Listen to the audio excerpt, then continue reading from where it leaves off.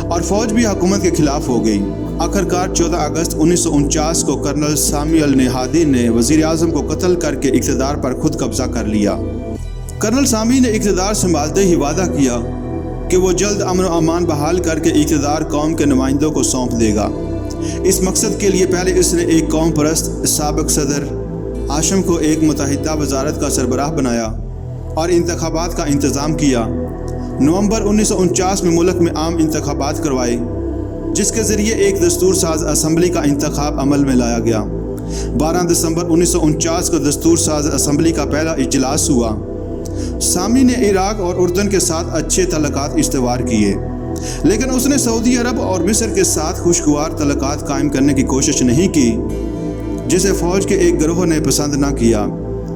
اسی فوجی گروہ کے لیڈر کرنل ادیب ششکلی کی سرکردگی میں 19 دسمبر 1949 کو کرنل سامی النہادی کی حکومت کا تختہ الٹ دیا گیا اور کرنل ادیب ششکلی نے نئی حکومت بنائی۔ کرنل ادیب ششکلی نے عنان حکومت سنبھالنے کے باوجود ہاشم العطاشی کو بطور صدر برقرار رکھا۔ وعدہ کیا کہ فوج انتظامی معاملات میں مداخلت نہیں کرے گی۔ البتہ فوجی کارپردازوں نے دستور ساز اسمبلی میں اکثریتی پیپل پارٹی کے لیڈر ایک آزاد سیاستدان خالد الاعظم کو وزیر اعظم بنوایا، جو ایک آئینی خلاف ورزی تھی۔ دستور ساز اسمبلی نے 1950 میں شام کا آئین تشکیل دیا، جس میں شہریوں کو بنیادی حقوق دیے گئے، یعنی شخصی آزادی، تحریر و تقریر کی آزادی، حق جائیداد، اجتماع، تعلیم اور رہائش، طبی سہولتوں کی فراہمی، اقلیتوں کو حقوق اور مزدوروں کو انجمن سازی کے حقوق دیے گئے۔ اس طرح پہلی بار شام کو ایک جدید جمہوری آئین ملا، لیکن آئینی مراد زیادہ دیر تک قائم نہ رہ سکی، کیونکہ حکومت خلوص دل کے ساتھ ان کو عملی جامہ نہیں پہنانا چاہتی تھی۔ کرنل ادیب ششکلی نے دستور ساز اسمبلی اور دیگر جمہوری اداروں کے ہوتے ہوئے بھی اپنی مطلق العنانی اور امریت کو فروغ دینے کے لیے ہتھ کنڈے استعمال کرنے شروع کر دیے۔ جلد ہی کابینہ کے تمام ممبروں پر غداری کے الزام میں مقدمات چلائے۔ دسمبر 1951 میں انہیں گرفتار کر کے اسمبلی کو توڑ دیا۔ احتجاجاً صدر جمہوریہ ہاشم العطاشی نے استعفیٰ دے دیا۔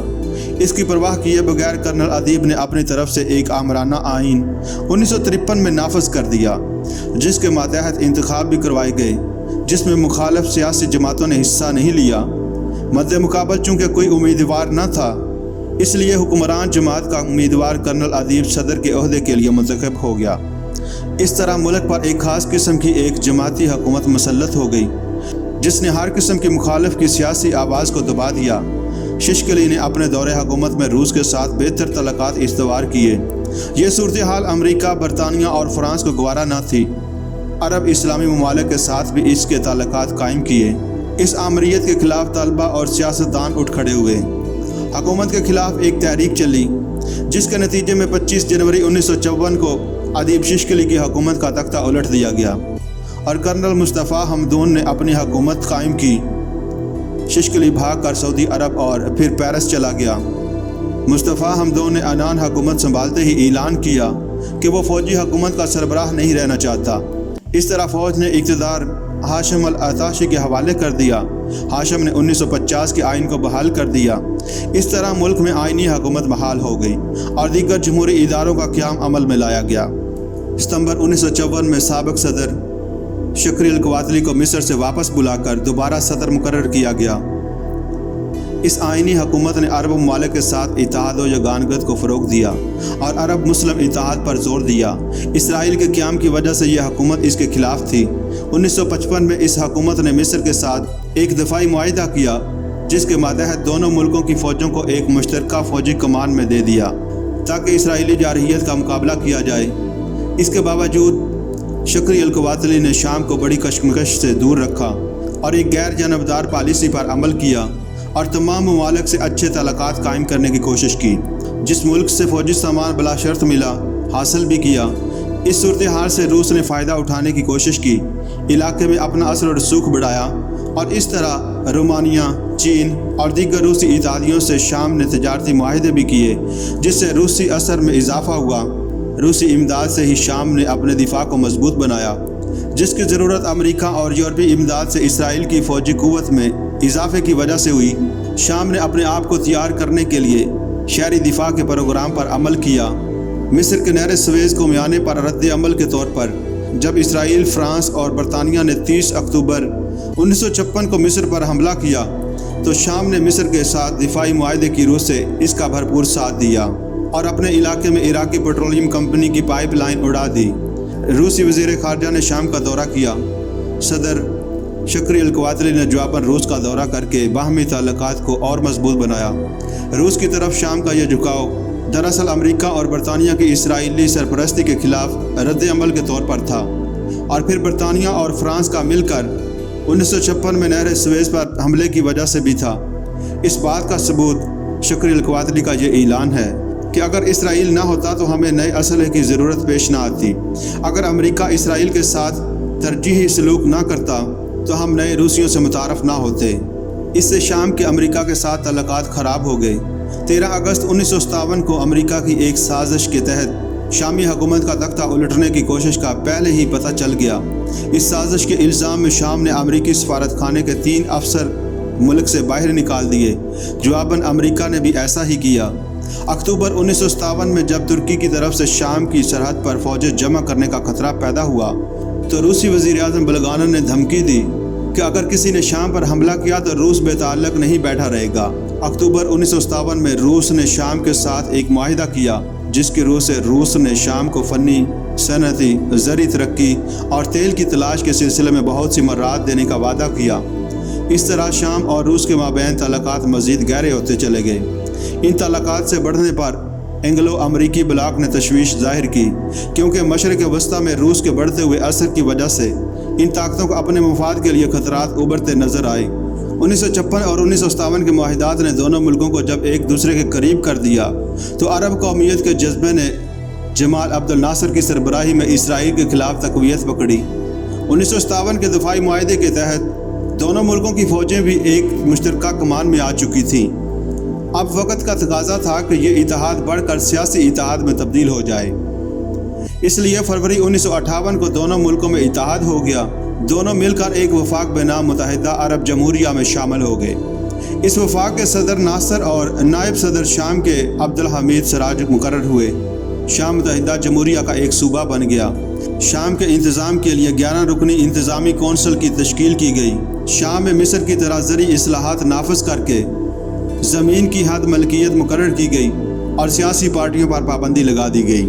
یہ اتحاد زیادہ عرصہ برقرار نہ رہا، جس کی زیادہ تر ذمہ داری صدر ناصر کی پالیسیاں تھیں۔ ناصر نے مصری افسروں کو شامی افسروں کی جگہ شام میں تعینات کیا، سیاسی پارٹیوں پر پابندی برقرار رکھی۔ اس طرح شامیوں کے دلوں میں ناصر کے خلاف بد اعتمادی پیدا ہوئی، جس سے ملک میں اتحاد کے خلاف تحریک نے زور پکڑا اور 1961 میں تو مصر کے خلاف جلسے اور جلوس بلکہ ہنگامے شروع ہو گئے۔ وفاق کے نائب صدر عبدالحمید سراج نے 26 دسمبر 1961 کو اپنے عہدے سے استعفیٰ دے دیا۔ اس کے 2 دن بعد انتہا پسندوں نے دمشق پر اپنا کنٹرول قائم کر لیا اور شام کی الگ حکومت کا اعلان کر دیا۔ اس طرح شام اس ہلاک سے الگ ہو گیا اور دوبارہ عرب لیگ اور اقوام متحدہ کا رکن بن گیا۔ وقت گزرنے کے ساتھ ساتھ اور اسرائیل کے چیلنج کی وجہ سے شامیوں اور مصریوں میں دشمنی آہستہ آہستہ ختم ہو گئی اور دونوں ملک پھر اسرائیل کے خلاف صف آرا ہوئے۔ 1967 اور 1973 کی عرب اسرائیل جنگوں میں شام اور مصر برابر کے شریک تھے۔